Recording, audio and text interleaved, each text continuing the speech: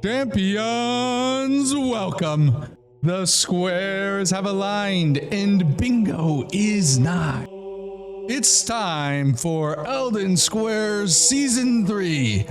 Introducing first, fighting out of the red corner, we have a team of Hitless runners representing not only themselves, but the entirety of the Walmart brand of Team Hitless. We have the conqueror of La Precipice, if not for Strump, the champion of the Rookie Rumble, who is looking to make his debut and say, hey, I wasn't just a good rookie, I'm here to play. It is none other than Lemon the Catman and his teammate, a man who needs no introduction, a name who is feared by the most known people in the community.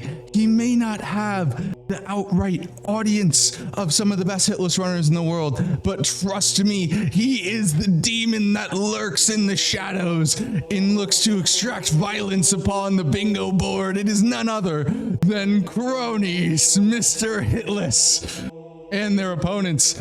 Fighting out of the blue corner, we have a battle-hardened, beautiful bald man who has become from the rando streets and found his passion here in competitive drive in bingo.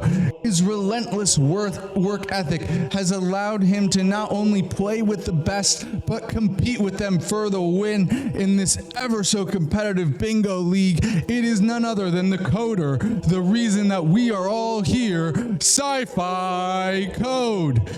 And his teammate, none other than the reigning, defending, undisputed Elden Bingo Lord, Shura the Absolute. Now let's go ahead and run that board and square off. All right, we're gonna get a little bit of sneak peek here on the center board because I accidentally revealed it early. So no center square guys, unfortunately, for this one. We'll run it a few more times. Make sure the lobby settings are ready to go. I actually really don't like that I can see this. I'm not gonna look, and I'm just gonna hit randomize because I want to make sure no one accuses me of rigging it. I normally don't click the unhide. I'm closing my eyes. All right, we're going with that one. And here we go in 3, 2, 1, and we're off. So Thomas, center square guest. Wow, shoot, this one's difficult. Oh man. Oh shoot, I'm gonna go with Malekith. Surely it's Malekith. Yeah, surely. What? It's not Malekith. Oh my god, it's Sleeping Golem and Landell. How did we know? Unfortunately, yeah, I clicked that button that's reveal board and I have no way of unclicking it. So I genuinely did just close my eyes and just hit randomize over and over again. Yeah. But I'll lead you through kind of the fun stuff on the board here today. And then we will have Thomas take us through the more integral parts of the board. Obviously, we have that Sleeping Golem and Landell rearing its ugly head again. A potential center square rush, just like we saw last game. Starting with the top row, we have Egon's Furled Finger and Borealis of the Freezing Fog.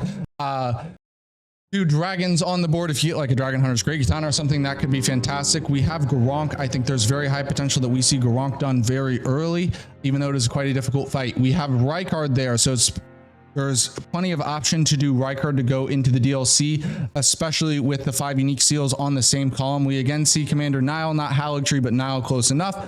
Rolana Twin Moon Knight will be a fantastic fight. My favorite boss in the game, the good boy, the full-grown Falling Star Beast, along with the regular Falling Star Beast on that row 3. Row 4, she is no slouch, Dancer of Rana, quite the bastard, as well as Loretta Knight of the Haligtree. And then finally, in that bottom row, kill a DLC Remembrance, Colossal Armaments only, Hippo Spirit Caller bosses. Thomas, what's your take on the board?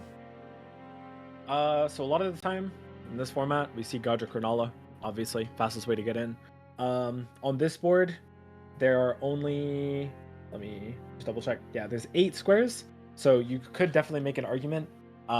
If a DLC player wanted to rush, what they would likely do is they can do Iris through back section and get Beloved Stardust as well. South kind of sucks with Furled Finger, Dancer, but that's not great. There's DLC Remembrance with Rolana, which is really good. That's the DLC side. For base game side, there isn't a whole lot like of synergy, right? There's no outright bosses in region and that kind of stuff. There is tree bosses in Loretta, which it makes it a little bit, important, or like makes it a little bit of a contested square. It's on a center, or it's on a diag. I think for sure one of these teams, or both of these teams, will send one of their players to Sleeping Golem. You can make an argument to go like if you wanted to fall behind on DLC, you could do a Sleeping Golem and a Scion. Most likely, I think we might still see a DLC Rush. Alternatively, you could go Rykard instead of doing DLC Rush, but it's really up to however each team wants to play here. But there's a lot of arguments for a lot of different things, and yeah, because there's not a lot of, the one thing about this board actually is it's like, on one hand you can say like, there's meat, I'm content man, right? Like I want to see Millennia. Like there's not as many of necessarily like the big massive bosses on the screen on the board here. But the counter of that is that I think it's going to be a very fast pace and very interesting game here, because so many, not all, but like so many of the squares on the board are potential opening ideas in other boards, right? And it's like, yes, the DLC isn't very strong, so that might disincentivize the DLC rush, but a lot of the DLC squares can be done really early. Tree Spirit and Bellarat. Egon's Furled Finger is probably the last one, but like people are so good at Rolana now. Iris of Grace and Occultation is pretty quick. Beloved Stardust requires killing nothing. Hippos can be done pretty easily. Like, I'm really interested to see here, especially with what our players do here, because there's so many squares that can be done off rip.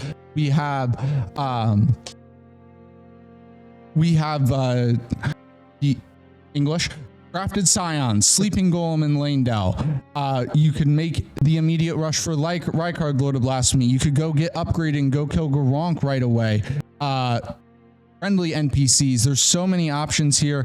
We see 3 of the players go ahead and immediately move into Liurnia, and it is none other than Shura, the Absolute, who will be contesting that center square. It is of note, I do try to put the players who tend to be the DLC player at the top and tend to be base game at the bottom.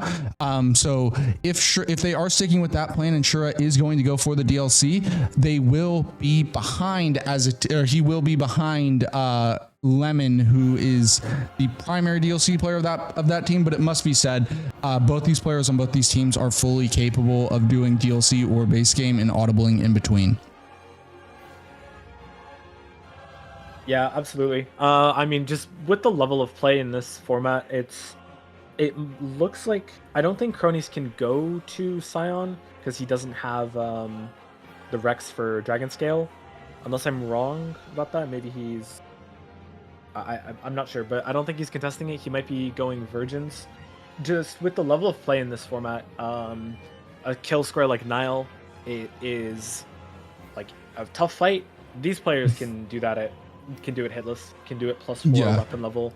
A square like Nile, I don't think there's a low chance that we see that as a first square mark for Crony. Yeah, especially for Cronies, because I think Cronies is probably like the strongest Nile player in the league. I think I would say at least like coming in, because it's required for these all remembrances hitless, like all remembrances or all great runes, like, which is what he normally does, is all great runes for his hitless runs. It's required, right? He has so much in-depth experience with Nile, actually has coached me on the fight even. I would not be surprised if he's potentially looking on that as an opener. A little bit surprised to see neither Lemon nor Cronies contest here for the center square. It's looking like Lemon is going to go for the Grafted Scion, but like there's a good argument to be made, because yes, center square is center square in a vacuum. It's the most valuable square on the board, but Lemon will be able to finish the Grafted Scion at roughly the same time that Shura finishes the Sleeping Golem. And it's much better map progression. And actually, we have a race here we're going to go full screen with actually Lemon and Cronies here, because they are both racing for the Grafted Scion. Meanwhile, Shura is working on that Sleeping Golem in Lanedell, but he is uncontested. I will say we should expect Sai to do better on this fight. The Dragon Scale, the flat damage buff the cold will do wonders compared to the scythe without anything, but we'll see. See how this goes. Yeah, it's still not easy. Like this is base Vig. This is essentially the exact same as, you know, you spawn in with these weapons and you just go do it, right? Yep. You have flasks, but this Scion can still be terrible. I guess you do have flasks. That is the one advantage that you have, the main advantage that you have in this situation. Yep. Guy's in trouble here early. And Lemon goes down. Lemon dies. Lemon dies. Oh my god. Dies out of heals, so it's just like vanilla now. Really nice use of the crouch tech. Scion buffs and Sai is not able to take care of it. Shura does go ahead and get down the Sleeping Golem and Lane Dell, so that is center square for team time complexity. 348 was the mark for all the sweats in chat who want to know how fast exactly he got it.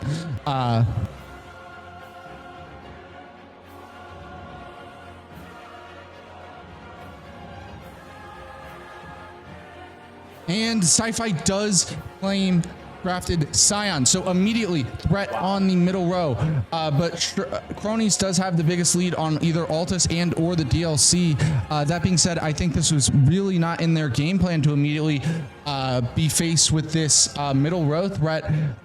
Does Cronies maybe have to pivot here in order to address this, right? Thomas and I are both of the belief that his opening play was Nile. Does he instead go for DLC access, or does he go do invaders? I don't know. Well, it'll be interesting to see here. Yeah. I can tell you also by looking at what the players have hovered. Well, sometimes the players will hover their mouse over a square in order to click it faster. It's also a good indicator of like what they might be going for. Guy is looking at Commander Nile. Inshura is looking at both bosses in Sage's Cave. So maybe some bait and switch here, trying to look at that, like put pressure on that middle row, and then instead put pressure on either row 2 or and those diagonals at the same time, and just give Team Hitless more threats than they can address. And yes, it was the same center square as last game. I saw it and I thought about randomizing again, but I was like, nope, I can't sacrifice my integrity. Yeah, pushing that line is going to be very dangerous for Sai and Shura. Obviously, you never know when something is a snipe. They made the bold play of sending 2 players to both rush squares, it worked out well for them, but you never know if, for example, Lemon just didn't make that play. Lemon sent Cronies to one of them. Cronies got sniped. But well, it was a tricky call. Like, Sai's fight wasn't the fastest, but like, I don't know how you can expect to win that race if, like, Dragon Scale versus Gravesite, Dragon Scale just always wins that race, right? Obviously, like, Lemon's an incredible player, and like Sci-Fi did not have the cleanest fight. I think if Lemon did have a chance of beating him, if he was clean. But yeah, very surprised to kind of see that play, because I understand a lot. Like, you want Cronies to get Dragon Scaled so that he can go get Altus access through Virgins like right away. So I understand that logic too, but I feel like sending Lemon there was just a losing battle up against Dragon Scale. Because you probably wouldn't go Dragon Scale for Sleeping Golem and Lane Dell because the staggers are harder. Like, I think I'd almost rather have Battle Axe or something than Dragon Scale for Sleeping Golem and Lane Dell. I think Dragon Scale would be potentially faster if it was like super optimized, but I can't imagine people are optimizing anything beyond the stagger loop for that guy. Yeah, no, exactly. Which is why you saw Shura use the Battle Axe for that square. And we see Sci-Fi is actually going to go for the Makar route in Commander Nile, as Cronies just grabbed, and he is going to die here. Fairly inconsequential death, but this could end up being pretty close between Sai and Cronies here, as Cronies is did get the grace, so he's still fine to go abductor virgins. Also, Stakes, thank you so much for the raid. I know I mentioned this during the last game, but I cannot say it enough. Stakes has been so integral for helping build the bingo community. He's brought a ton of people into the Rookie Rumble. I don't think it will not be long from now that we see, you know, people winning Crucible and Golden Order, whether it's Stakes himself or others who are saying, "Oh, Stakes brought me here." Like, thank you to Stakes for giving me this opportunity. So please go show the man some support. If you're not already, give him a follow. It means the world. These guys do this stuff for free, so it's the least that we can do to show them some support. That being said, though, let's go full screen with Cronies here for Virgins.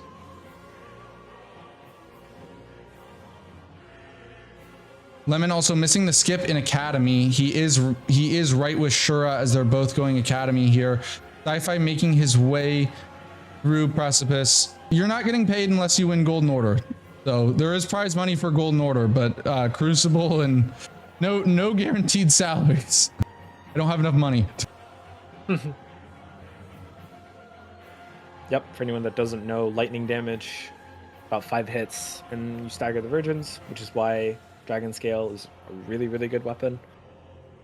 Yeah. It allows cronies to send virgins. I guess for size perspective, if Makar and Dectus are very, very similar in time, I could be wrong. I think even Makar might be faster. And if you can't justify any reason, like if you don't need Source Seal, if you don't need to go underground, you don't need those graces, you don't need like the Axe Talisman, Charge Tier, it's actually really nice to go into Precipice because you'll see Sai there pick up the Somber 4, and then right after this elevator, he's going to pick up a Somber 3. And it's obviously slower than Virgins, but it's still really quick. I could be wrong. I don't think there's like inherent synergy. There is a little bit. The Grace at Makar is closer to Sage's Cave, but realistically that's so minute that it shouldn't matter, but maybe it does. But yeah, there's the decision making for Makar in this format compared to like base game 1v1 is very different. Yes. It's a very, very viable option. So if anyone's wondering why Cronies is going to Lake of Rot here, once you get into Altus, you unlock a bunch of graces. Cronies going for Lake of Rot here to get Somber Stones in order to upgrade his Dragon Scale Blade before he makes his way to Commander Nile, most likely. We'll go full screen here with Lemon and Shura as they are both in on the Red Wolf.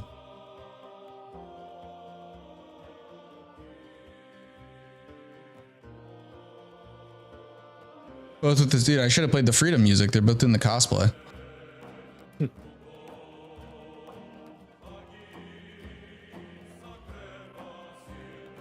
Gotta be said, these guys are both super low vig and have really shit armor. If they get caught, they could just go down. Yep. Do you know if either of them are upgraded? I do not.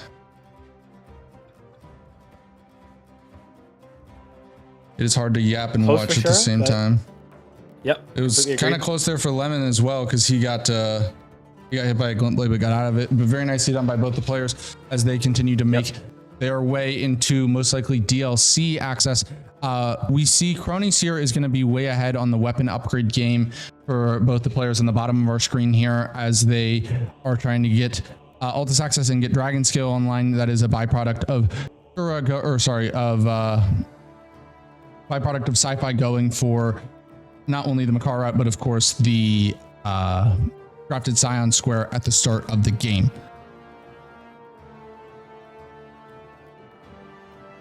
Yeah, it looks like Cronies is getting his rune pickups in Ordina.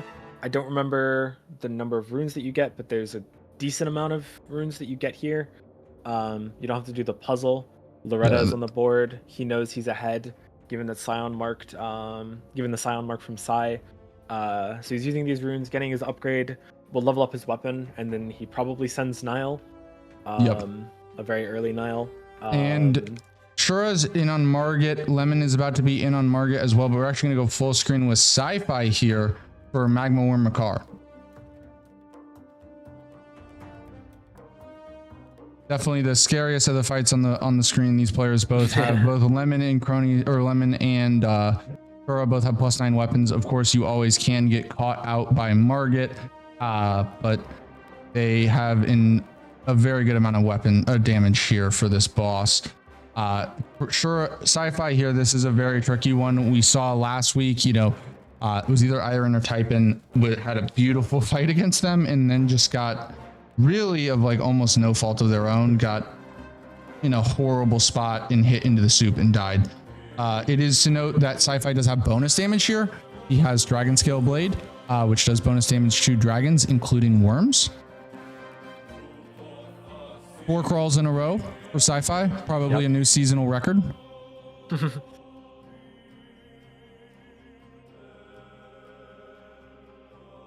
And Shura, I can't see exactly how, but he was able to make up a decent chunk of time there on Lemon. Maybe I believe he potentially already gotten like Wild Strikes and the Grace Before Margit, so that's how he made up that time on Lemon. As they both make their way through Stormveil, Lemon gets Margit down, really nicely done by him. Cronus is just continuing his upgrade route here. And then Sci-Fi needs to just don't get caught in the soup. One more hit should do it. Sci-Fi gets ticked by the soup at the end, but just a splash of soup is not enough to take that man down as he gets through the fight. Yep. Carney should have all the way up to. Wait, Dagger, that was you? I think you also died to Makar last weekend. There were some Makar issues. The Makar was not happy last weekend. Sorry, Thomas, what were you saying? No, it's all good. Yeah, Cronus is +8 right now. He knows he had time with the mark with Scion, so now he's just sending Nile. We're probably about to watch a work of art here. He even has the bewitching branches from the Bella Merchant, and this is gonna. I'm not trying to jinx him, I swear, but Cronus, amazing player. He should have this. Well, and Hitless question mark. And we're going to get our answer here in just a second. Yeah. One of the important things with the center square is that it's valuable because it's on 2 diagonals, and the immediate Nile, like, because Lemon and Cronus weren't going for a Sleeping Golem immediately, they knew maybe they were expecting Sai to go Sleeping Golem or something, which is why they sent Lemon to Scion. And this early Nile kind of quells one of the diags. It eats up a lot of the value that center square has, and we'll see now Sai going into Nile +4. Yeah, hold up here, because we're gonna have double Godric on the board as well, on the screen as well. But we have Sai going into Nile at +4. So if there is that rare mistake by Cronus, as he does get hit, but is fine. There could be potential for a snipe here, and I think already we probably got a transition. Let's go to the 4-player big screen. Why not? Oh my God! Double Nile on the board at the bottom of your screen. Double Godric on the board at the top of your screen. The Godric race is even in terms of weapon and everything. Both Cronus and Sci-Fi do have the same weapon, but Cronus's weapon is +8 or 9, and Sci-Fi is only +4. To be fair, with a weapon like Dragon Scale, the weapon level isn't too important given the bonus damage that you get, and we'll see that here very soon. As Shura gets down Godric there in the top right.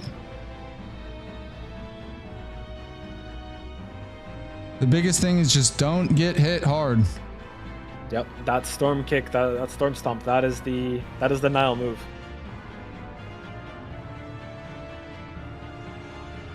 Sci-Fi is definitely also having a bit longer of a fight, but either way, it wouldn't have mattered. He would have needed. He needs a death here in order to catch up for Cronus on the square. The other question too is, like, depending on how far Sci-Fi is into this fight, does he decide to just finish it out, because the rune injection will be quite massive for these guys, no matter what. Yeah, doing this fight +4 Sci-Fi. I think he missed a bewitching branch. And he's now having a lot of issues here because he has to completely fight this second knight. And he does go down. Yeah, that's rough. Lemon gets down Godric. Yeah, that issue was just completely caused by the Bewitching Branch running out there, but regardless, it wouldn't have mattered because Cronies hard rushes that Commander Nile 1745 mark quite fast from him, and that is the first square of the season for budget team Hitless as they now make this game 2-1, and we're gonna see Lemon versus Shura here as they both race to be the first person to DLC access on the board. If anyone is new to this format and curious how it works, it is base game plus DLC 2v2 with progression. Everyone starts in the round table hold, and you need to progress to, you have a select amount of graces at the start of base game unlocked. Once you get Altus access, you get additional graces in Altus and beyond. And then once you kill any 2 remembrances, and I mean any 2 because every single remembrance in base game, with the exception of Cadfree and Elden Beast, is in play. So you have 13 options. Once you kill 2 of them, you get access to the DLC. An interesting strategy here. Lemon actually going with Stormcaller. Is that something you know anything about here? I've never seen this before. Yeah, Stormcaller is great in the context of NPCs. It's right outside of Godric's Arena, so it's not out of the way at all. Scythe doesn't take Wild Strikes. The Wild Strikes meta in this is so good for NPC fights, but Scythe doesn't take it, or Grave Scythe doesn't take it. Neither Scythes do. And Stormcaller, well, it's not going to be good on like Renala because you don't get the, or he does it, but I don't think you get the proc, or maybe just the raw DPS of it, like the stamina consumption of it isn't going to be faster than just R1ing. It's really good because of NPC fights, because of the kind of things that you can micro stagger. And at the very, like at the end of the day, it's an Asher to go on the Scythe, and you see Shura not really using it, but you know, you need to get the cold on there some way. Cronies in the bottom left there is working on going for the Scorpion Charms here. He's going to get the Fire Scorpion Charm. And really interesting to see here, Sci-Fi is going straight to Haligtree to potentially go for Loretta. And I also know that there are some Rune pickups and potentially some Stone pickups along the way that he can use to get his weapon and character upgraded. Yep. Shura does get Renala down there. Cronies is just going to be running past this Fire Prelate in Fort Light. We'll go full screen with Lemon here as he finishes Renala out.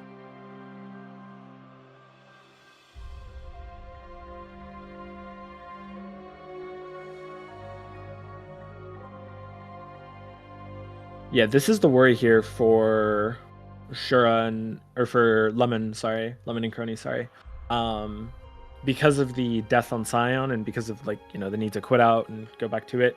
He's actually behind Shura on DLC access. And that Iris square is so important. Now, obviously, Shura doesn't know whether he's behind or whether he's ahead. But I think he's going to reprimand. He's going to get his 5, 6, 8. Sci-Fi makes a very slight mistake. He literally, you know how finicky fall damage is in Elden Ring, like had to just fall like millimeters or centimeters or whatever too far. And Lemon gets clipped at the same time by the Furnace Golem. He wasn't looking to his right, and his line was a little off, as Lemon being behind in the DLC is only going to get a little bit worse. That is one of the things that makes this format so absolutely brutal, right? Like you can optimize the boss fights, whatever, blah blah blah blah blah, but especially early game, like the just overworld movement is so much more difficult. And that's something that we saw, I think, caught out a lot of players in week 1. You know, overworld movement, you can sometimes when you're playing bingo kind of just autopilot a little bit, but it's so threatening in this format. And you know, it is the first game for Lemon and Cronies here, as they did not play last weekend. So maybe just a bit of a mistake there due to the fact that, like, you know, first time playing in full speed, right? Full go. Official game. Absolutely. And actually here, I will say Shura has highlighted and is going for the Iris of Grace and Occultation. So that would continue to push a line for team time complexity. Now, know that bingos do not win the game, right? So it's not, we're not going to have a 30-minute game here where Sci-Fi and Shura can win right away. However, if they are able to get that line, it is 2 bonus points, and that is absolutely massive for that team. Yeah, absolutely. Cronies is going for Scorpion Charms. It's one of the squares that does have synergy. He went he didn't actually go through Windham Catacombs. Windham Catacombs has the Scorpion Charm, and it's a tree boss, and it's a catacomb. I think he's kind of in go mode, so he went for the one in the Fire Prelate, and he's gonna do Anastasia as his last one as an NPC invader. And Shura's gonna fight Sai this is working- Omen Killer here. This is basically a boss because he is quite low weapon level, but does have 2 status. Yeah. Yeah, with 2 status, you'd think DLC scaling. These guys won't even one-shot him. This is a fight that he'll be. I'm not trying to. Trying to jinx, but I really like this play from Cronies actually, because Cronies goes ahead and gets the Death Root. I think he gets the Death Root. He's then going to go ahead and get the Scorpion Charm. I think after that he will then go do Garronk, and Garronk will count as a friendly NPC. Yep. Yeah, he gets the Anastasia and then can immediately send Garronk with +8, and yeah, it is a friendly NPC, and I don't know if he goes and tries to finish that square, but I think he does. Why not? Like Cronies, it's a fight that he should be very confident in. Again, it's a fight that's so important for Hitless. Like a breadbasket type of fight for any good Hitless runner, let alone a great Hitless runner like Cronies. And yeah, he's a +8 or +9 weapon, right? I don't see any reason to not do it here. As I realize I've been on the big chat. Yell at me if I'm on the big screen too long because I'm yapping too much and not paying attention. Yell at me. My apologies for that. Sai is going for the Storm Hill Catacombs, I think this one's called. Catacomb Dungeon, Tree Boss. +4 is all he needs. He doesn't need to spend the time going and upgrading when he's doing this kind of stuff. But yeah, this is going to be a great play from Cronies. I think he's worried about Iris, because Lemon isn't going Iris at all. No, he's going Tree Spirit and Bellarat. Yeah. I mean, there's potential though for a counter line here from Budget Hitless on that column 1. The bogey square is that Egon's Furled Finger, but that is genuinely one of the most annoying squares in the entirety of the format, right? Yeah. So if you see Garronk, Tree Spirit, and Bellarat, and then Cronies immediately goes for Borealis of the Freezing Fog, where he will have bonus damage due to it being a dragon,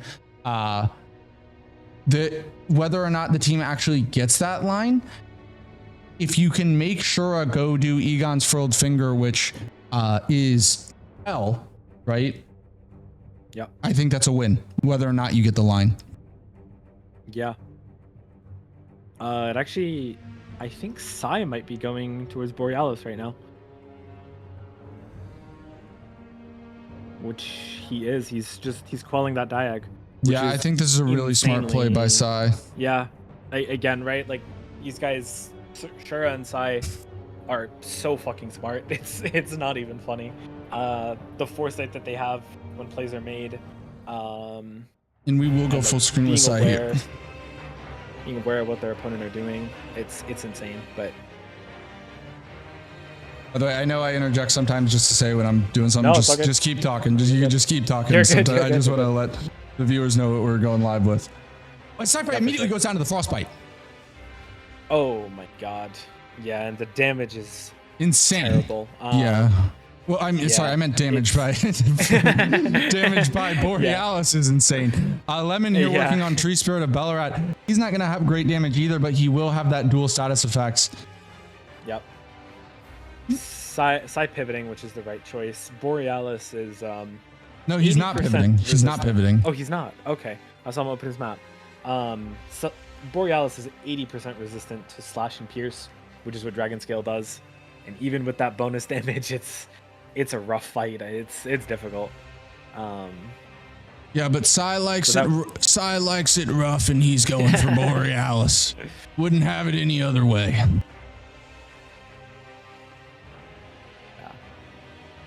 Yeah, it's an unfortunate death. Sai is more than capable of getting Borealis. Yep. Sai back in on Borealis as Lemon continues to work on this Tree Spirit, and actually Shura is going for the Golden Hippo. Cronies working on NPC invaders. So shout out the players for actually using the counter so you can try to keep track of who's on what. Yeah. Cronus is continuing with invaders. We're That is their block. We'll go to the 4-player big screen here so we can see all these fights in a beautiful big picture.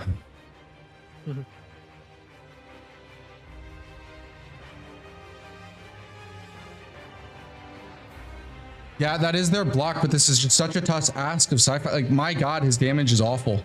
Like, his damage is atrocious. Yep. Even with this stagger, I mean, you know, you expect Dragon Riposte to do a whole bunch of damage. That was nothing. Yeah. Lemon does get down the Tree Spirit and Bellarat, so Budget Hitless now takes a 3-2 lead here.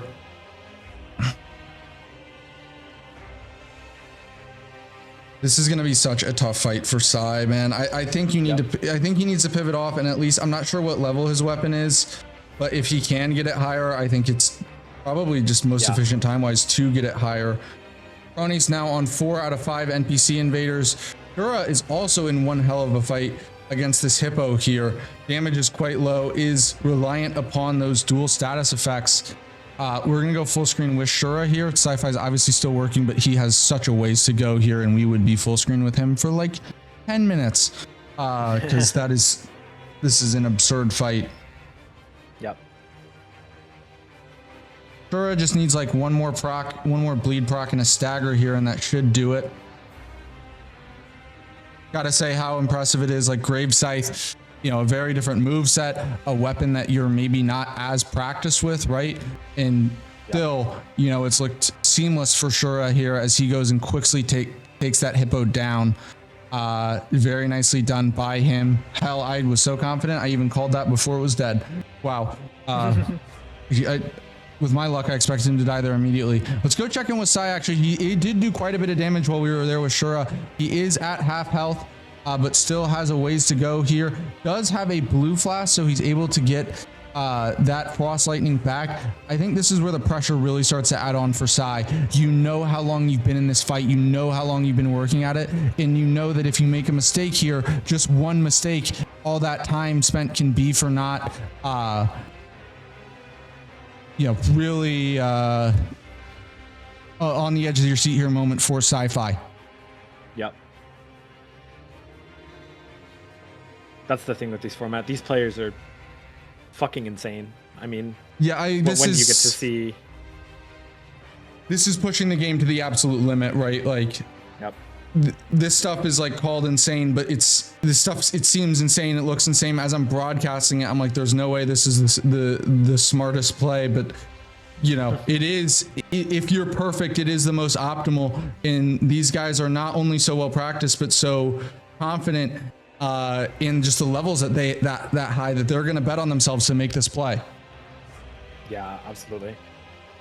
And as you called out, Cronus is going Garunk now. Yeah, I think really smart for him to get that block on the NPCs. Yep. Both these teams are, showing just amazing foresight. It is a 4-2 lead here, but Shura does have quite the lead over Lemon in the DLC, which will come into factor. I think this game's looking very even. Sai Greeds do not get frosted. Oh my, Sai. Oh my God, he is alive. He lives to fight another day. Like the damage was okay, but the frost, right? If that frost would have procced. Yep. Night. You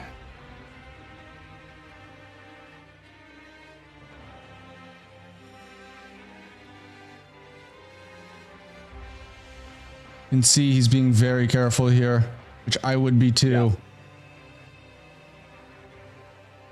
But particularly with Borealis, the longer the fight is, the more that he screams just like that. And that's attack he has to be so careful of because it can very easily catch him out. He only has one Frost Lightning buff left.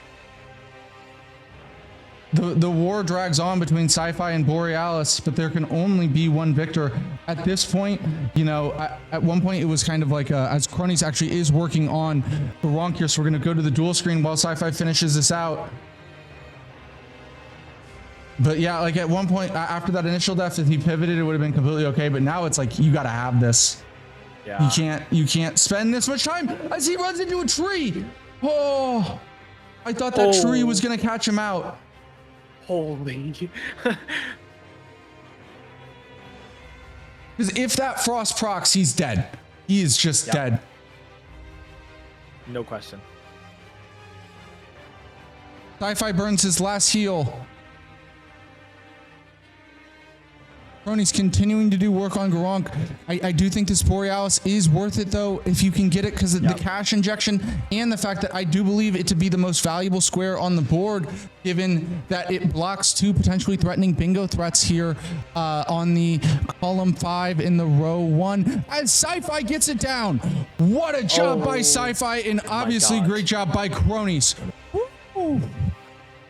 Edge of your seat moment, but holy clutch by Sci-Fi.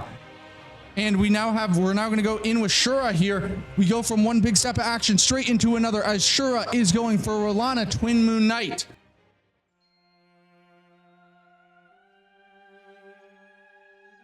Oh, I'm out of breath. What a game.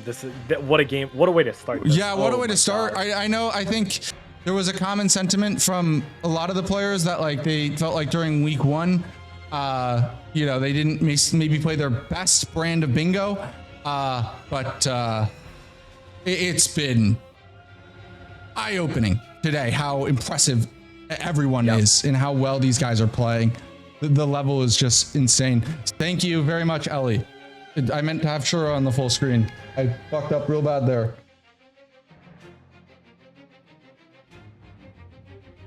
I'm sorry, I try to do my best, but sometimes my bingo fandom gets in the way of, because I just love to see great bingo. As I'm these guys' friends, whatnot, but I'm also a huge fan of them as players, athletes, whatever the fuck you want to call it. They're incredible. Yeah, while Shura's on the big screen and while he destroys Rolana, his Hippo was at plus 18, which is just an insane thing for given how clean of a fight that is. It's a fight that's difficult, max, talismans, max weapon level, and he made it look simple. And Lemon is actually making his way to South. I know you mentioned that South wasn't potentially super valuable on this board earlier on. Whoa, what a dude, what? I know dude, what the fuck was that?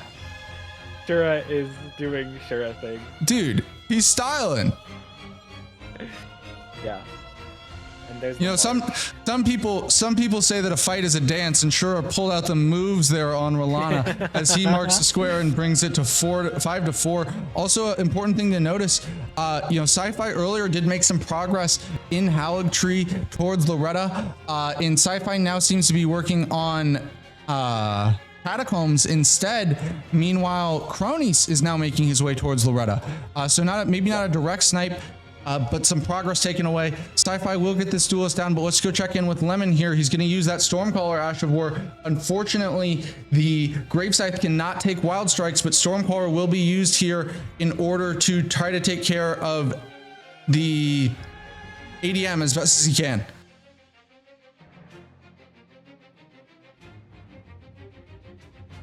Yeah. Also important to note, Shura doing Shura things, not finishing Iris of Grace and Occultation. Yeah. As Lemon goes down. Oh, no, never mind. He's alive. He is alive. Jesus. Never mind. He cheated death. Is this Final Destination? Yes, it is. It is Final Destination. He cheated death and was not going to get away with it. Oh my god. We're seeing the final catacomb from Sai. Here now. Cronies is going to be going into Loretta, his first tree boss.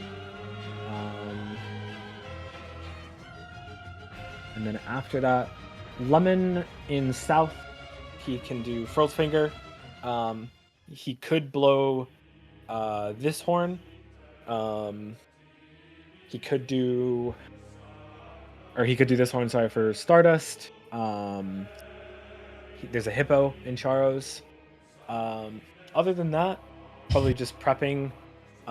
Maybe he said that he's doing this before the Borealis mark. Yeah.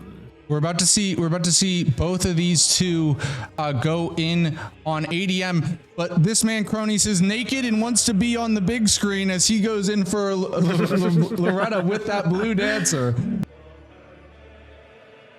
You know, I think I knew that eventually Blue Dancer Charm would start to be utilized a lot more. Not surprised to see Cronies, Mr. Hitless himself, the one to whip it out.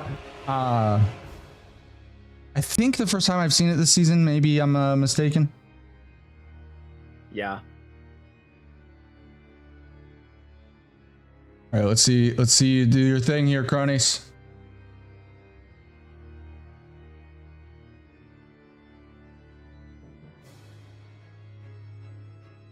As Cronies goes down there. Wow. Not Cronies getting hit. You don't see it every day. As now we'll go back in with the ADM battle between Shura and Lemon. Lemon gets snapped. Oh my God, ADM was at one hit and he greeted. That is a heartbreak. The outspace into the Ash of War is brutal. Meanwhile, Sai gets Catacombs, but that's absolutely devastating there for Lemon. But Shura is now in trouble. Bernie's just showed us that he is human. Will the Dragon Man show us the humanity in Shura? That remains to be seen. No, he does get it down. We'll check back in with Cronies here. Loretta once again. And man, what a game it's been. I kind of knew when we saw the board that this would be fast paced, and it is fast paced and close. You know, obviously when you see that initial, 2-0 and a bingo threat, you could worry about the game running away. We always want to see close bingo games here. We always want to see players play their best. And here we are 40 minutes in, 5-5 game, and these guys are just battling.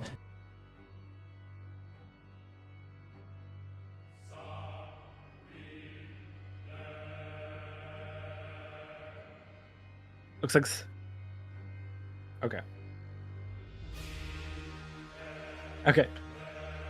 Oh, no, it's all good. Yeah, the issue is my mic is like... It's kind of like on this side here. And you're good. You're good. Stream could hear you. You're good. Okay. All right. Well. You're good. Lemon's having some massive issues with his ADM here. Shura is already making his way for the hippos. He's kind of doing the same thing that we saw Champalampa do. Ooh, really good roll there by Cronies. Champalampa do in the last game. I think it was going for the hippo in the red area here. Yep. Also, funny note by Arc of Night, apparently Dragon's Kill Katana was the drop from ADM. ADM does great katanas and katana pool. They are together, so any can be dropped by either. Cronies does get down Loretta. That does put their team up to a 6-5 lead on the board, but Shura does have quite a bit of advantage over Lemon in the DLC here, and Sai over the last little bit has kind of been the wild card. He was working on Catacombs, which very important for the team. You got to do the dirty work and get those squares, but hasn't been front and center here on commentary because, let's be honest, watching you kill a bunch of early game Catacombs isn't as exciting as big bosses. Yeah, absolutely. All right, Lemon gets the bad man down and does kill ADM. So let's kind of take, now that we have a break in the action, let's kind of use this to assess the board here. Thomas, in your professional opinion, what would you say? What would you say the live odds are on the game? Odds right now are 50-50. It's 6-5. Time complexity is down, but Shura is holding on to Iris. He's actually cashing out on it right now. Right now it is true 50-50. Sai and Cronies have equal progress on friendly NPCs. There's equal. Lemon goes down on the way to Dancer, is what it looks like he's doing. This is the skip there. It's very possible that Dancer might get scripted by a Stormcaller. I could be very wrong, or at least it's good against Dancer. But it looks like Cronies is kind of prepping that row 4. Maybe assuming that Shura went front section. Not preparing for Stardust. And I will say I wasn't paying attention to this because I was just like, oh, early game bosses, who cares? But Sai and Cronies are actually racing here on tree bosses. It is currently 3-2 in the favor of Sci-Fi, but they are just racing. Shura does mark that Iris of Grace and occultation. It does move to 6-6. By the way, guys, I want to use this moment to say if you are enjoying the bingo action and you want to be a part of it, whether you want to just be on the broadcast, whether you want to just like hear from the players and talk to them, watch practice games, or you want to get into bingo yourself, make sure to pin link in the pinned comment. Join the team Ignite. We'd love to have you there. We can help you get into bingo, rando, whatever it is, or just you can stay up more to date on the action and learn more about the players because everyone's super nice. They love meeting new people, and we'd love to have you in Ignite. Yeah, absolutely.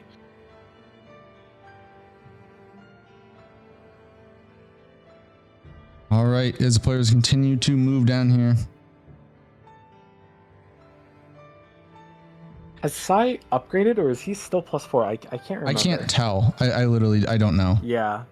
It won't matter too much given that he's fighting, Limgrave Weeping bosses. It's maybe 2R1 difference, but Cronies is, out of curiosity. Cronies is full upgraded and running Blue Dancer right now. Like his fights will be faster.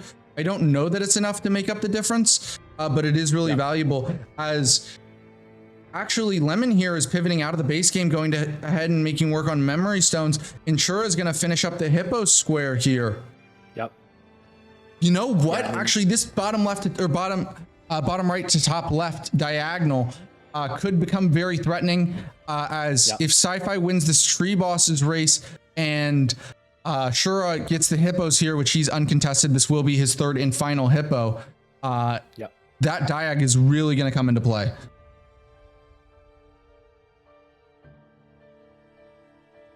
And that would be massive for them because actually if they were to complete the full diag, it would put them at 12 points, only one away from winning the game. Just I always say it, but as a reminder, bingo lines do not win the game, but they do give you 2 bonus points. That would be absolutely massive here for this situation.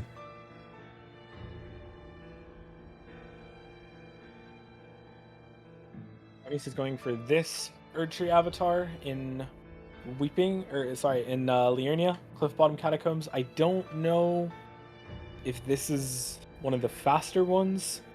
After this, he'll just have the Weeping avatar and then the Liurnia avatar, probably. Yeah. We see Sai going in for his 5th one at the Tree Spirit here. I think Sai should have this unless, but there's a chance. There's always a chance for a mistake here. Let's go check in with Sai as he does fight this Tree Spirit here.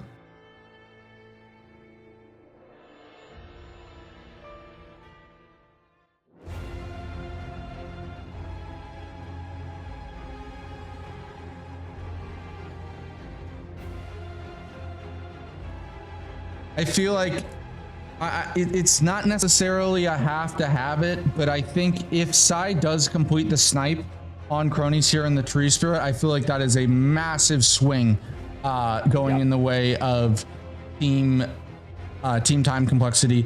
Not only because you've just wasted so much of Cronies' time killing all those tree bosses, but that line threat becomes a thing. So it's just time waste, A, bingo threat, B, and C, obviously another square on the board getting you ever closer to that 13. Yeah, absolutely. And I mean, think back like maybe 20 minutes into this game when Sai killed the tree scent. And he and now it's paying off. Yeah, and the decision to go Catacombs working with to get the Stormhill or Stormfoot Catacomb avatar. As Cronies does get his 4th tree boss down, so it is 4-4, but Sci-Fi is all the way almost done with this fight. You know, Cronies did do Loretta, obviously, as one of his, but unless Cronies is able to pull a rabbit out of the hat here, it's going to be really hard for him to make up the difference. Yep. He's looking for a death.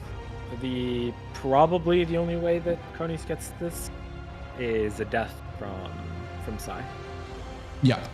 Cronies has the talismans, has the higher weapon level, but I think at this point, I'm trying to think what is Sai's fastest. He's going for the tree spirit. Okay. Yeah.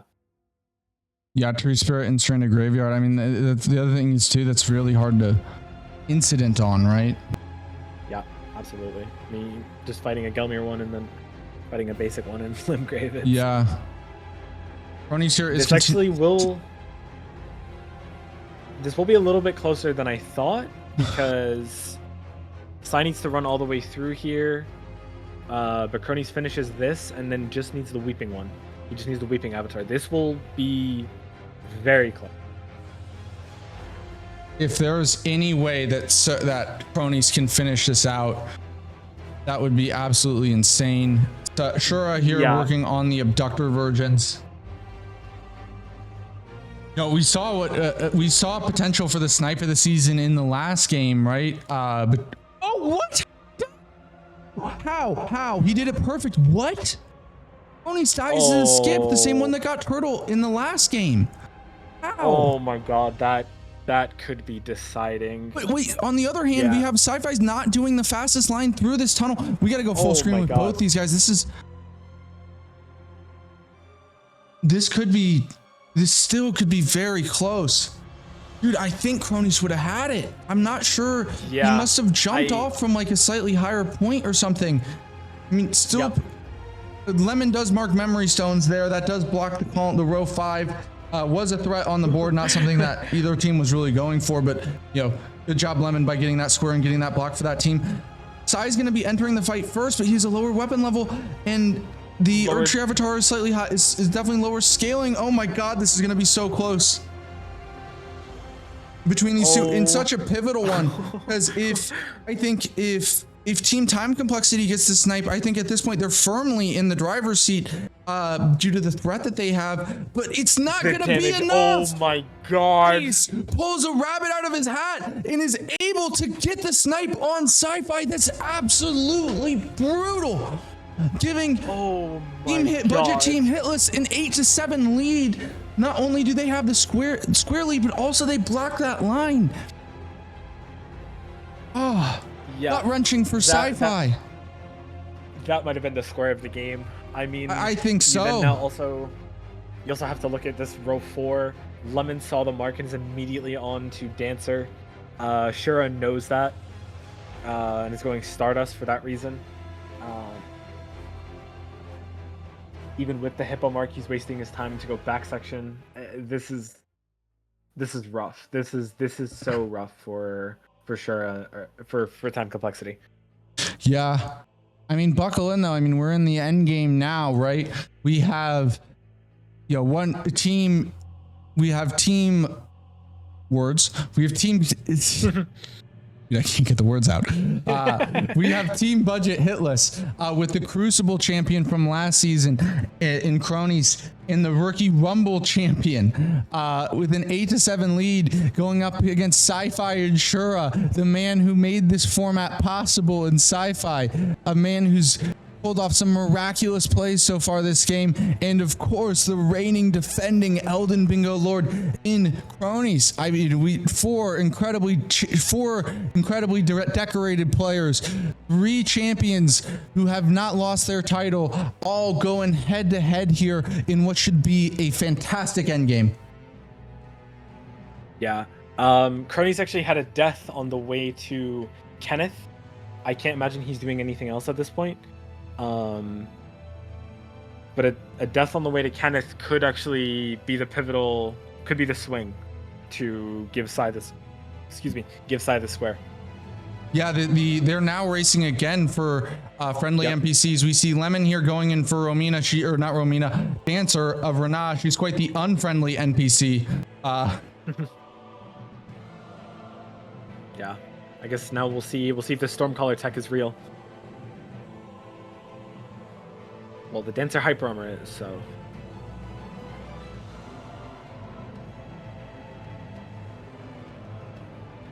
Oh my god, this fight is so rough. This is rough, man. This is so rough. And actually the damage is decent when he does get a hit off her, and she actually rolls into the Stormcaller there.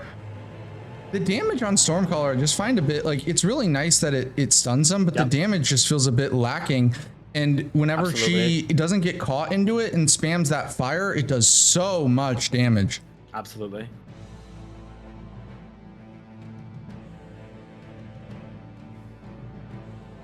Looks like Shura here is working on the beloved Stardust, and I think friendly NPCs will go to time complexity here, making the game 8-8 as Lemon does go down here.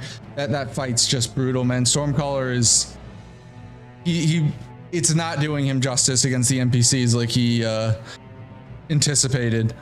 I think he was really banking on that. All right, that's the 4. So it's now 4-5 on friendly NPCs, but Sci-Fi here. Why are you kicking, Kenneth? Just kill him, dude. Just kill him. This is slower. All right, he is allowed to kick him, but Sci-Fi does mark that square, and it is now 8-8 as we go into this end game here. Man, and this is such an interesting one too, because there's no square on the board that feels like it's like an obvious last square. Obviously, some are longer than others, but really every square's in the game. There's no like Metter or Bale or Placidusax or Malekith where it's like, okay, that square's probably going to be the last one. Yeah. Shura here is making his way and working on the dueling drakes. This fight is hell, but he does have the health and the Scadu for it. This fight is abysmal, is what it really is.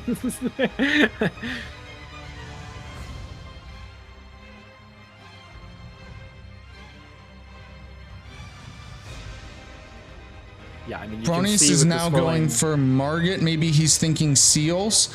Sci-Fi looks like he's working towards Fiddle.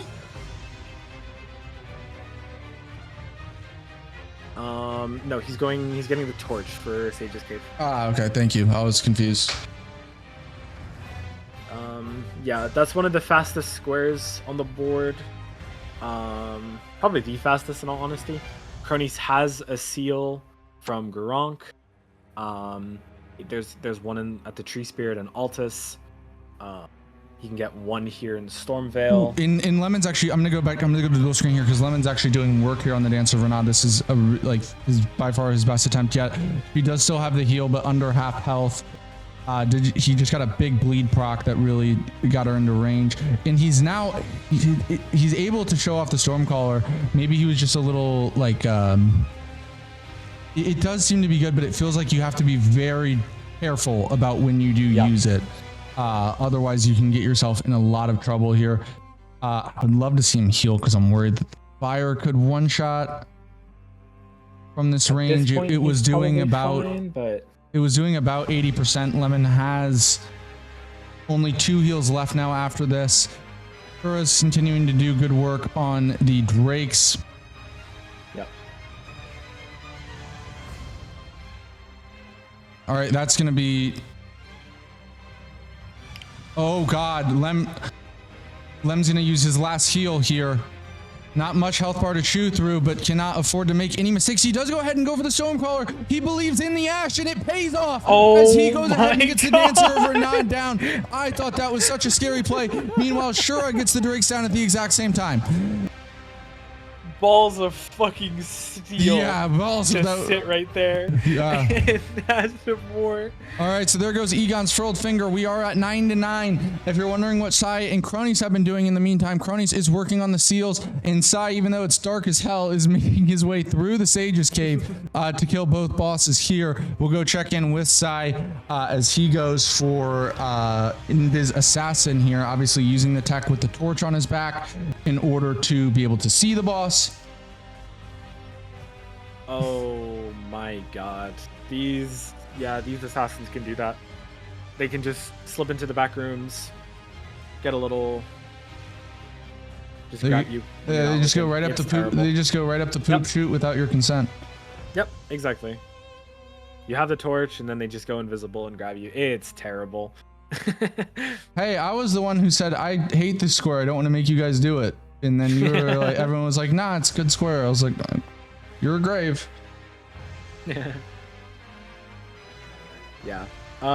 Cronus might be looking to kill Godric for DLC. No, Lemon is coming back to get Altus access, so that's unlikely. Yeah. There's really not. But is there the only DLC left is Beloved Stardust and Remembrance Colossal. Yeah. Yeah. You know, I think in the long run, this could be what that game comes down to. And Lemon has better access. Rolana's already dead for Shura, right? Yep. And Lemon has been through Bellarat, so he would have the option of either Lion or Rolana. Yeah. Yeah.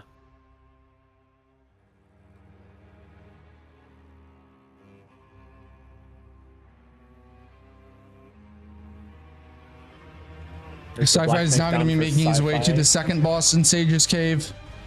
Gary Garrison. Gary Garrison, yes. The demon. The necromancer forged straight from fucking hell. He's got no flask going into it, but with Dragon Scale, I will hope he's fine. Lemon is actually taking Virgins to go Noble Rykard, which I do like. Yeah, I think that makes a lot of sense. It's how he can make an impact on this game without Altus access. Absolutely. Because full-grown Falling Star Beast and Spirit Caller bosses does require Altus. And Seals is helped mightily with Altus. Yep. And Cronus actually is going for those Spirit Caller bosses. We're on the same page. Yep, he's splitting progress. He's gotten 2 seals. He has 2 seals marked. And size out of heal. Whoa. Size out of heals. And there's no stake here. God. Yep, this is. Oh my god, he gets clipped. He gets clipped. Oh. Yeah, this fight is brutal. I mean, he'll still get the square. He's not in danger of getting sniped, but that is just a rather big time loss because he's reset all the way back to the beginning of the catacomb or of the cave there. So a rather big snipe, and he needs to continue to make an impact on this game because we have a lot of bingo left to play here. Yeah.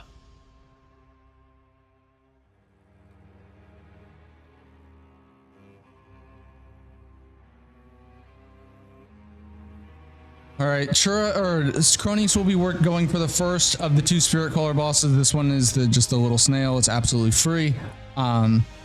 Shura here has done the Falling Star Beast, now working on full grown. Meanwhile, Lemon here making his way towards back section, potentially looking to snipe Beloved Stardust. Also, if you drain the water, he could get a seal down there as well. Has some options there. Yep. These will be 2 relatively quick marks from one another between Shura and Sai. Shura is towards the end of this run in Gelmir. No, he's not towards the end, but he's like maybe halfway through this run to the full-grown Falling Star Beast. And then the the tunnel in Caelid is super quick. Yep. So we'll see both of these squares kind of just fly off the board very quickly. Lemon has Beloved Stardust. I think his Noble is dead. Correct me if I'm wrong, right? Yes. He killed Noble. So he's closer to Rykard. And Sai's actually killing. Sai's in trouble here. Let's go check in with him. Gary Garrison is doing Gary Garrison things.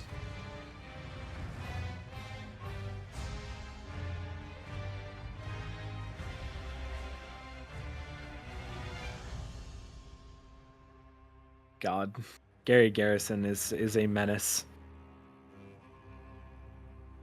That These skulls, they're not only flying skulls, they're rolling he's skulls. Out of heals again. He has more health, but he's out of heals again. He's still getting snailed. One more hit, Sai goes down again.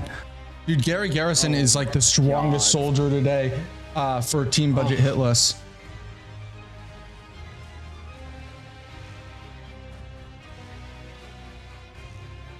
God, that's so rough. One of the benefits in Bingo in general is when you die, just given the general respect like everyone has for one another, you never assume there was a death. You never assume that something was, was done in the meantime. Sai has been like doing Sage's Cave for a little bit, but you might think he's gotten 3 seals. You might think he's gotten Noble dead. You might think he's gotten a Spirit Caller boss dead. You might, like, splitting Prio and splitting progress, especially with like the mind of Shura and Sai, is so powerful. That like it's not the end of the world for this to be happening, and I think this game is still so like. Let's go check in with our 2 players on the Sci-Fi and Cronies here. Cronies is working on the Godskin Snail. So that means that he will have to do Apostle and then Noble, and these bosses are status immune. Sci-Fi is continuing to work through Gary Garrus.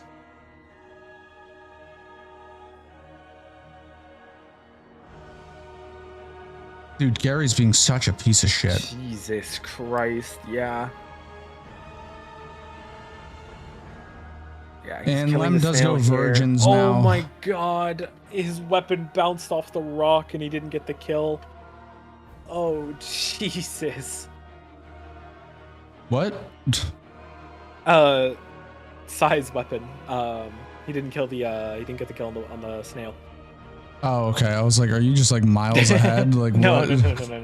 I was like, wait, what? Oh my god! Yeah, oh my god, dude! Oh, Sci-Fi has to be on full fucking tilt, man. Oh, it's so rough. It's such a rough fight. It's such a rough fight. I mean, good news is for them, Shura's gonna have his back. It's gonna be first square marked for actually quite a bit here. Shura's gonna go ahead and blow his horn, then he can get the Blow of Stardust. Cronies will immediately fire back with the nails. Like, the good news is for Sai, he's going to get this square. The problem is he's like deeply out of position at this point in order to get the final squares, right? So if you think about the last few squares, for each team needs 4 squares at this point. 4 team time complexity. It's Blow of Stardust, Spirit Caller bosses, right? And then after that, probably full grown. The final one is the one that's hard to figure out. Is it DLC Remembrance, right? Yeah, this game is going to come down to DLC Remembrance. Lemon got sniped on Blow of Stardust. He was kind of working. He was kind of dual prepping Stardust and Rykard. Rykard should be theirs. Budget Hitless, they'll have Rykard, Spirit Caller, and Seals, most likely. Shura is now going to Rykard. Hopefully Lemon sees that and cashes out on his prio for that. But yep, Cronies does get down the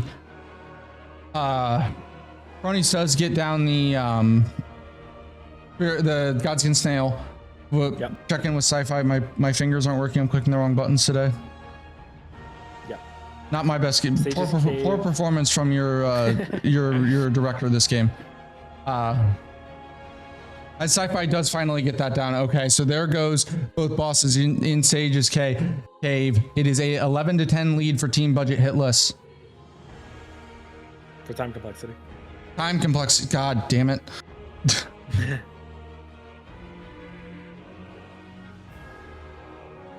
Also, congratulations to Team Positive Vibes. I think, admittedly, Ness is one of my good friends and was really pulling for them. A 13-12 win for Team Positive Vibes, though. Congratulations to them in Bingo Brawlers. Another crazy game over there. Unfortunate for Ness, though. She's one of our own. She's one of our players. I want to give a shout out to Ness. I fucking love Ness, guys. She's one of the most badass bingo players I've ever met. Got invited to play in Bingo Brawlers and then said, nah, I want to keep playing in this league as well. She's literally playing in both leagues. Go drop her a follow, show her some support. Greatly appreciate it. Because we love Ness. She's amazing.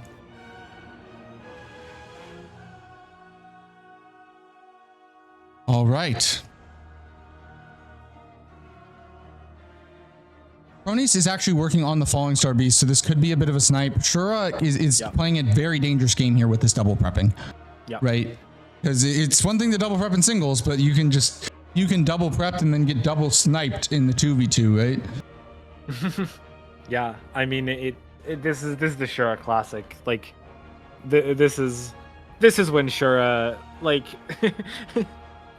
this is when Shura just does the Shura things of some crazy stuff of prepping this, working enough on this, and then going back and cashing out on prep at the perfect time. Like right as Cronus is going to it, like Shura goes here, and then the question is, right? I think the last square for team time complexity has to be kill like Remembrance Boss Colossal in the DLC. Like he needs to find something because Sci-Fi is behind here. The only way out of this would be if Lemon pivots off. Also, the question is always like, what goes on here with Seals? Let's go check in with Shura as he does go for the Falling Star Beast. Does he have the first one dead? Yes, he does have the first one dead. This will mark the square. Okay, yeah, because I see the rock grease from that tunnel, but I wasn't sure if he killed that or just worked out. But, yeah. Insai's actually going Seals, I think. Oh my god. Yeah, and Cronus is gonna get sniped too. The timing for this mark will be... Yeah, but Cronus already has 2 close. Seals, so Cronus is currently up. Right, yeah. This snipe might come in just a fraction too early because it could give Cronus enough time to respond here and then go. Like it would be better for them if Cronus was to claim this square or Shura was to claim the square just 60 seconds later, right? Yep. Yeah, exactly. Because the Seals race will be very, very close between these two. So Shura does mark that square. Shura does get that down. Cronus is going to finish this fight. Lemon will be working on Rykard, and the biggest thing is going to be it's going to be a race between Shura, or sorry, it'll be a race between Sci-Fi and Cronus to finish out Seals. Then it will be, can Lemon kill Rykard and do Remembrance Colossal before Cronus can, or before Shura can? Yep.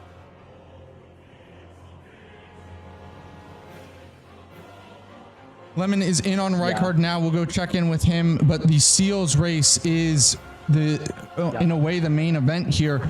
Team time complexity only needs 1 more square, but can they do it? Yeah. Shura is already starting to work on the colossal checks. There's a few in Altus. There's one in Kaled. Mako check some merchants. I don't know if there was one in Roundtable. I think Sai's buying the seal in Roundtable. Yeah, no colossal. Grafted Blade Greatsword. We see Grafted Blade for Shura. I will say Lemon also has that weapon. Yep. Oh yeah. Lemon got it from... He did that check. He might have done the carrot check earlier. I saw it was in his inventory. I was looking for Colossals in his inventory when he went to switch to Serpent Hunter. Lemon gets phase 1 down here. Seals is actually currently 3-2 in the favor of Sci-Fi. Is this number 4?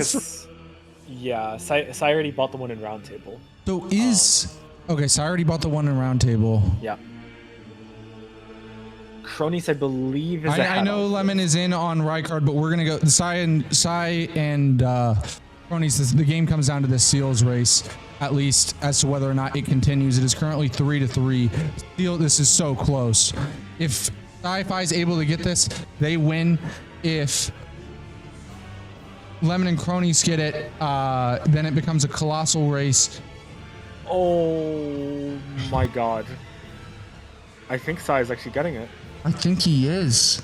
Cronus didn't have a Stone Sword key.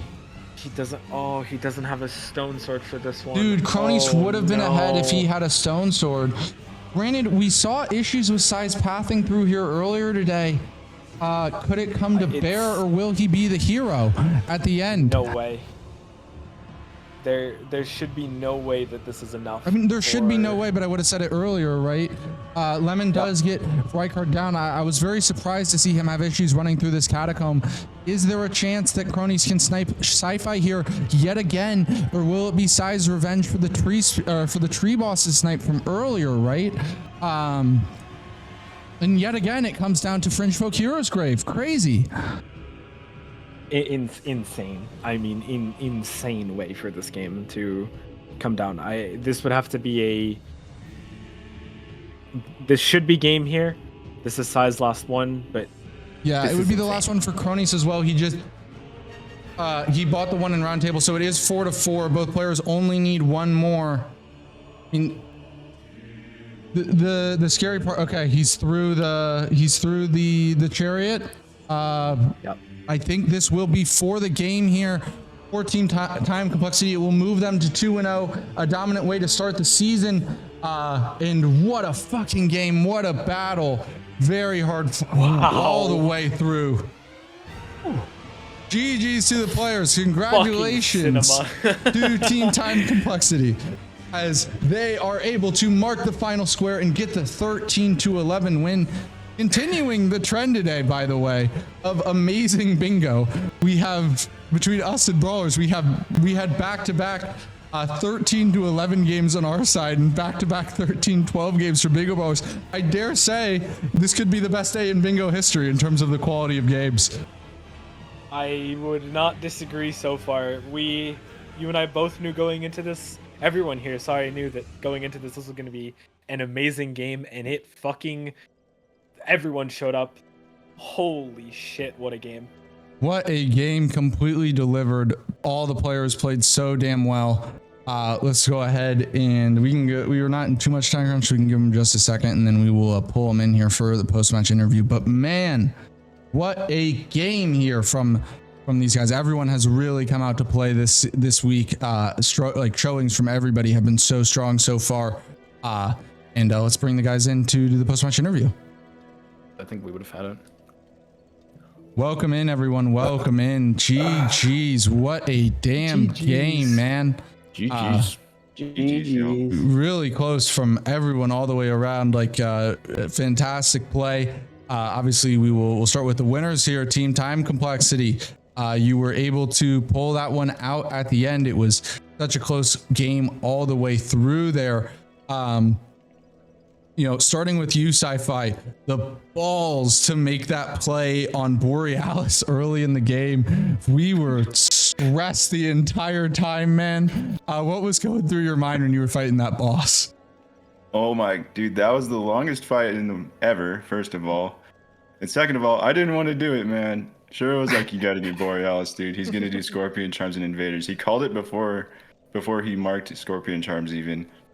And I was I was so fucking scared, I dude. figured that, I figured he would do Scorpion Charms into Gronk, not Invaders. But I forgot, that line was still open, so he went into Invaders. But I was like, that top row kind of is kind of bad, because I don't really want to deal with Tree Spirit and Ballarat. In my first fight, I avoided the scream, and he just did the flying frost breath attack and just instant killed me. And I was like, oh, this is a mistake. Yeah. And so I had to take it extremely slow the second time. Yeah, that was kind of my bad. I guess I should have. I don't think we needed to push, or like, I don't know. Were y'all ever going to go for Borealis? No. Okay. Yeah. I just looked at that top row and I was like, dude, if he does the synergy with Invaders and all of that, they build that's why I did Rolana when I did, because I was scared of that column 5 getting formed if Borealis doesn't happen. Yeah. Yeah, and then it was just back and forth all day, and then because we had devastating snipes like Cronies and Sai, so Cronies obviously crushed Sai's hopes and dreams with the tree boss's snipe. That was dude, close. Like, it's hard to say snipe of the season considering the snipe we had in the last game, but the snipe of the Golden Order season at the very least so far. 4 Cronies there, but then Sci-Fi, the Revenge of the Sith, as he comes back and gets the seals at the end, right? And Cronies was very, very close. He was in French Folk running to it, and obviously that ended the game. But it was such such a close game, and also what a interesting board here. Not as many of the crazy bosses on here, but the pace was just insane, and it was like a very unique board. We haven't heard as much from Lemon and Cronies, but kind of what were your thoughts when you first saw this like very strange board? We weren't sure if we wanted to keep me in base game or not. but after we lost the opener, we figured I can't full give DLC anymore. But obviously I was delayed, so I had to go for like the slower, more out of the way DLC things. And then we Well, just I was also introduced delayed. instantly Altus. And you played it really well too, because obviously like you go down early 2-0 and there's that massive bingo pressure on that middle row. And like, it's the first game of the season for you guys and you just responded, like took it in stride. And it was so close all the way through, because the Remembrance Colossal would have been incredibly close if there was that. Nah, probably gets that shit. I mean, I Mine don't wasn't know. wieldable. Yeah, it would have been super close between you guys. Like, I really don't know which way it would have gone. And the whole game was just back and forth. Congratulations to both the teams on a great game.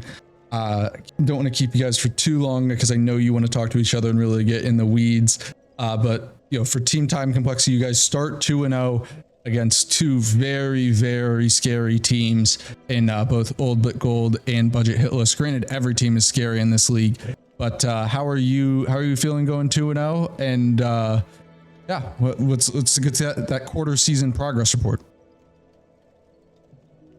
I was like stressed going against Lemon and Cronus because I have to face Cronus in base game, and Lemon also and this board would be like a decent like base game board too. So like if I'm facing off against either of them in base game, I'm pretty worried. But it's not like there's any easy games ahead, right? Like it's still always going to be a challenge. Yeah, I was scared of. Yeah, I mean, yeah, there's no free team, so it's just you just have to beat them. But I'm happy with how we played. Maybe we played it wrong. I don't know. The board was very weird, and I'm glad that. I mean, I guess both teams. I guess we both played it weird. Lemon, you went into the DLC. I was expecting somewhat like a base gameplay, but since we got those two squares, I was like, oh, never mind. Yeah. Because otherwise, I would have done what Cronies did: Gronk into Scorpion Charms into Invaders or something like that. Well, it was a great way to start the season. Great start to the season for you guys, obviously moving to 2-0. Obviously, you have a big week next week with your double. For anyone who doesn't know, watching every team, it's 9 matches in 8 weeks. So every team will have at least one double throughout the season. And Sai and Shura are actually first up to bat with their double as they play both Thomas and Yibe on Friday of next week and Asim and Nexus on Sunday. So I mean, I know Thomas doesn't necessarily wish you the best of luck, but I do. Go ahead and do your double, and good luck and congratulations for the start of the season. Now, for Lemon and Cronies, obviously, disappointing to not get the win there, but you played really, really well. Like it was a pleasure to watch you guys play. I think given the performances, a lot of teams struggled in their first game, right? And you guys did not whatsoever. Despite the loss, I think you look fantastic. How are you guys feeling going in? Because you guys, no double next week, but a big game against Jay and Rambler as well. I feel pretty good. I definitely had some nervous jitters this game, and I think that showed with some of my really silly gravity deaths and stuff. But I felt good about all my boss fights. They all felt really, really clean. So looking into next week, I feel pretty good for the most part. Just still getting rid of some of those nervous jitters at the start of the season. 100%. I mean, you didn't show it. Like there was, I'm sure, a couple of deaths that you take note of that maybe I don't catch in commentary, but you did not show it at all. It was a great performance from you, Cronies. Thank you. Lemon, got a big mouth. No thoughts now? I'm trying really hard to not say anything that'll get me banned or the stream taken down, because when Jay's involved, bro, my desk raises a few inches every fucking time. Say less. Say less.